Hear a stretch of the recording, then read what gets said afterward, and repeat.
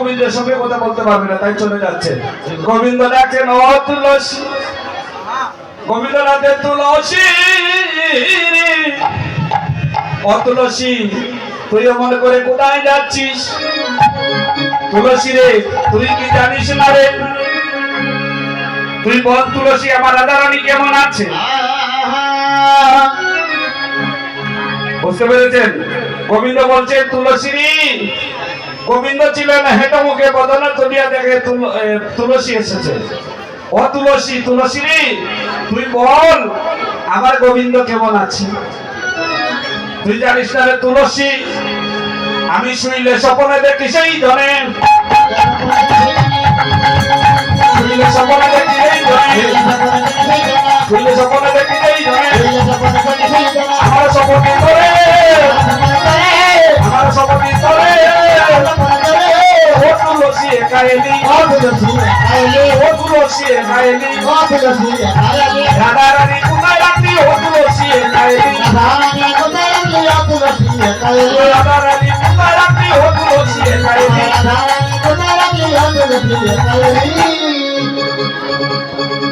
তুলসী তো একা এলি।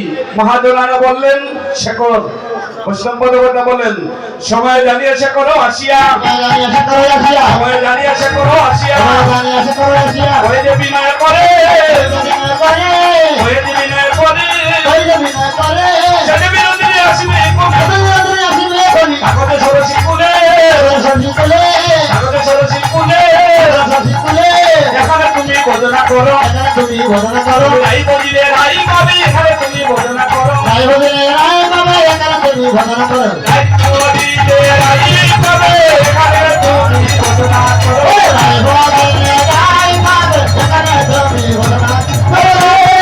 রাধে রাধে রাধে রাধে রাধে রাধে। হরে কৃষ্ণ। তুলসী গোবিন্দ সঙ্গ করতে এসেছে। আপনারা যে ভক্ত সঙ্গ করতে এসেছেন, এই ভক্ত সঙ্গের একটু মহিমা আমি বলি। হিরণ্যকশিপুর কে ছিল? অসুর। কে ছিল? অসুর। হিরণ্যকশিপুরের স্ত্রীর নাম কি ছিল? কয়াদুরানী। কি ছিল? কয়াদুরানী। এখন অসুরের গর্ভে কি হয়? অসুর হয়। কিন্তু অসুরের করে যেমন হিরণ্যকশিপুর অসুর, তার স্ত্রী কয়াদুরানী, এদের যে কয়টা সন্তান হয়েছে সবাই হয়েছে অসুর। আর হ্যাঁ, প্রহ্লাদ কেন কৃষ্ণ ভক্ত, তাই না? হিরণ্যকশিপুরের সন্তানের নাম কি? কি? কৃষ্ণ ভক্ত প্রহ্লাদ। লাদ অহলাদ সব হয়েছে অসুর। কিন্তু প্রহ্লাদ হল কৃষ্ণ ভক্ত। এটা কার গুণে? মায়ের গুণে বা মাতৃ গুণে? যত্র বীর্য তত্র পরাক্রম। অসুরের গুণে অসুর হয়, কিন্তু প্রহ্লাদ কেন কৃষ্ণ ভক্ত হইল? হ্যাঁ, হরে কৃষ্ণ, মায়ের ভক্তির কারণে। এখন এটা একটা কথা, ওই যে যারা চলে যাচ্ছেন এরা এই কথাগুলো আর শুনবে না। হরিবল। ভক্তের এই ভক্ত সংগ্রহণার মহিমাটা শুনুন। দেবদানবদের মধ্যে যুদ্ধ লাগছে।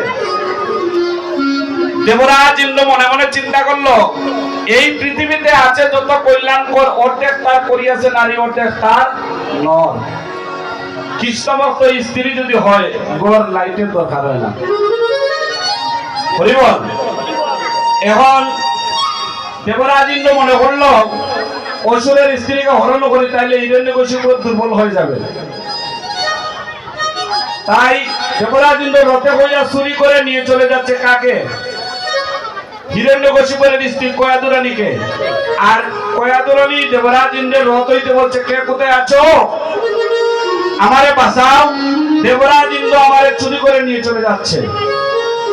এই শব্দটা দেবশ্রী নারদ মুনি শুনিয়া দেবরাজ ইন্দ্রের রথের সম্মুখে এসে দাঁড়ালেন, নারায়ণ নারায়ণ বলে। হে দেবরাজ ইন্দ্র, পাপ তো বাপরেও ছাড়ে না, তুমি চুরি করে নিয়ে যাচ্ছ, এটা তো তোমার পাপ হবে। দেবরাজ ইন্দ্র লজ্জিত হইয়া অসুরের স্ত্রীকে নারদ মুনির কাছে দিয়ে চলে গেল। কার কাছে? দেবরাজ ইন্দ্রের রথের সম্মুখে দাঁড়ালেন নারদমুনি নারায়ণ নারায়ণ কয়া। দেবরাজ ইন্দ্র লজ্জিত হইয়া নারদমুনির কাছে অসুরের স্ত্রী কয়াদুরানীকে দিয়া চলে গেল।